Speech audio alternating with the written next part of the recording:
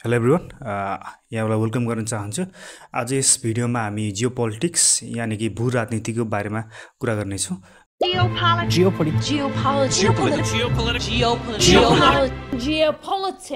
र भू राजनीति भनेको के हो र यो किन म्याटर गर्छ र हामीले चाहिँ के जान्नु पर्यो यसको बारेमा भन्ने बारेमा आज कुराहरू छौँ। ओके, फर्स्टली अहिलेको हालसालको कन्टेक्स्टमा एकदमै खुबै चर्चामा खुबै रिपिट भइराख्ने वर्ड चाहिँ यही हो, भू राजनीति अथवा चाहिँ जियोपोलिटिक्स।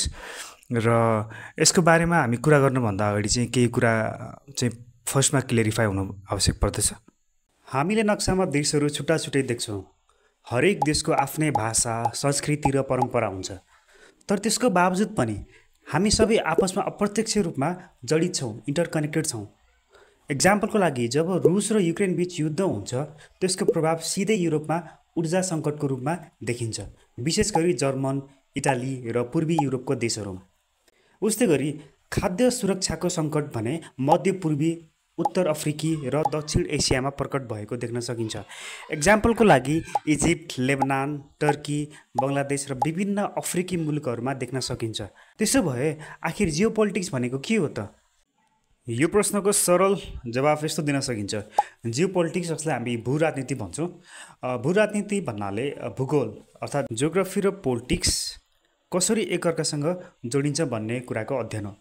जियोग्राफी भन्ने बित्तिकै अब देशको भौगोलिक स्थिति हैन, त्यसमा कुनै देश चाहिँ समुद्रसँग जोडिएको छ कि छैन, तेल र ग्यास उपलब्ध छ कि छैन, मिनरल्सहरू, थुप्रै नेचुरल रिसोर्सेसहरू र त्यहाँ भएको पपुलेसनहरू अर्थात् जनसङ्ख्याहरू, राजनीतिक, देशको शक्ति, कूटनीतिक, युद्ध, गठबन्धन कसरी एकअर्कासँग जोडिन्छ भन्ने कुराको अध्ययन नै जियोपोलिटिक्स हो। त्यसै गरेर नेपाल इन्डिया र चाइनाको बिचमा अवस्थित भएको हुनाले इन्डिया र चाइनाले पनि नेपाललाई थुप्रै कुराहरूमा प्रभाव पार्न कोसिस गरिरहेको देखिन्छ। जस्तै गरी ट्रेडमा भयो हैन, त्यसै गरी पोलिटिकल इस्युजहरूमा भयो हैन, त्यसै गरी अरू रिसोर्सेसहरूको कुराहरूमा भयो, थुप्रै कुराहरूमा चाहिँ नेपाललाई चाहिँ इन्फ्लुएन्स गर्न कोसिस गरिरहेको हुन्छ। र यति मात्रै नभएर इन्डिया र चाइनामा आउने अरू परिस्थितिहरू, अरू कुराहरूले गर्दा पनि नेपालमा असर गरेको देख्न सकिन्छ। एक्जाम्पलको लागि, इन्डियामा हुने परिवर्तनले नेपालमा डाइरेक्टली असर पार्छ, किनकि नेपाल भारत बीच खुला सिमाना छ, गहिरो व्यापारिक सम्बन्ध छ, मोस्टली इम्पोर्टको विषयमा। त्यसै गरी सांस्कृतिक निकटता छ र लेबर माइग्रेसन पनि एक्सट्रिम रूपमा छ। भारतमा पेट्रोल वा खाद्यान्न महँगिँदा नेपालमा पनि मूल्य वृद्धि हुन्छ। राजनीतिक अस्थिरता र नाकाबन्दी हुँदा नेपाली अर्थतन्त्र हल्लिन्छ। भारत चीन बीचको सम्बन्धमा हुने तनावले नेपालको विदेशी नीतिमा पनि चुनौती ल्याउँछ।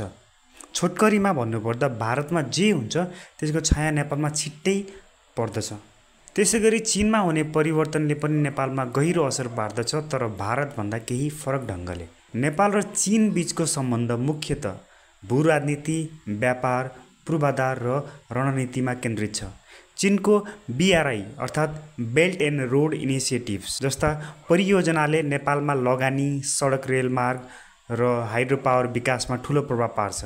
चीनको अर्थतन्त्र बलियो हुँदा नेपाललाई व्यापार र पर्यटनमा लाभ हुन्छ, तर आर्थिक मन्दी वा निर्यातमा कटौती हुँदा नेपाल पनि प्रभावित पर्छ। राजनीतिक रूपमा चीनले नेपाललाई आफ्नो वन चाइना पोलिसी समर्थन गराउन चाहन्छ र तिब्बत मुद्दामा संवेदनशील हुन्छ।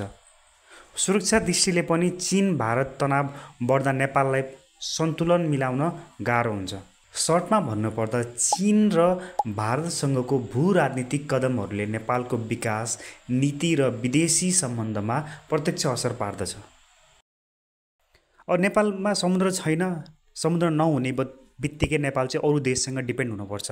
त्यस लगत्तै समुद्रबाट आउने सामानहरू चाहिँ नेपालमा अरू देश थ्रुबाट आउने हुनाले त्यसमा ट्यारिफहरू पनि अरू देशको रुल्स एन्ड रेगुलेसन पोलिसी अनुसार नै लगाइदिरहेको हुन्छ। अब एक्जाम्पलको लागि, रुस र युक्रेनको युद्ध केवल दुई देश बीचको मात्र होइन, यसको असर युरोपको ऊर्जा आपूर्ति र मध्यपूर्वी तथा दक्षिण एसियाको खाद्य सुरक्षामा देख्न सकिन्छ। यही आपसी प्रभाव बुझ्नुपर्ने साइन्स नै जियोपोलिटिक्स हो।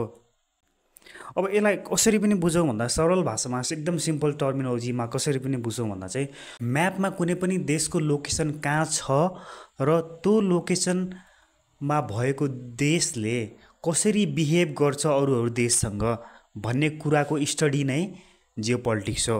इक्जाम्पलको लागि अघि भने जस्तो नेपालसँग समुद्र छैन भने समुद्रबाट इम्पोर्ट गर्ने चिजहरूको लागि जुन जुन देशसँग डिपेन्ड हुनुपर्छ त्यो देशहरूसँगको पोलिसीहरू, त्यो देशसँगको इन्टर रिलेसनसिपको स्टडी नै जियो पोलिटिक्स हो, सर्टमा इक्जाम्पलको लागि। ओके, त्यस्तै थुप्रै थुप्रै कुराहरू चाहिँ यसमा डेप्थ हुन्छ र यसलाई चाहिँ थुप्रै थुप्रै थियोरिजमा क्याटेगोराइज गर्न सकिन्छ। तीमध्ये एउटा पपुलर अथवा चर्चित थियोरी भनेको हार्टफोर्ड म्याकिन्डरको हार्टल्यान्ड थियोरी भन्ने हो। ब्रिटिस जियोग्राफर र पोलिटिसियन जसलाई जियो पोलिटिक्सको फाउन्डिङ फादर पनि भनिन्छ, उहाँको एउटा पपुलर थियोरी छ जसलाई चाहिँ म्याकिन्डर्स हार्टल्यान्ड थियोरी भनिन्छ, जुन चाहिँ 1904 को द जियोग्राफिकल पिभिट अफ हिस्ट्री भन्ने आर्टिकलमा चाहिँ उहाँले सबमिट गर्नुभएको थियो।